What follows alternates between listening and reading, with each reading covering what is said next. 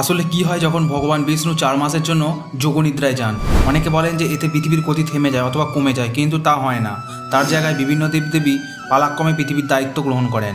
দেখুন, দেবশনি একাদশী মানে যেদিন ভগবান বিষ্ণু যোগনিদ্রায় যান তার পরের দিন পালিত হয় গুরু পূর্ণিমা এবং গুরুদেব পৃথিবীর দায়ভার সামলান। তারপর গুরু পূর্ণিমার পরের দিন থেকে শ্রাবণ শুরু হয়।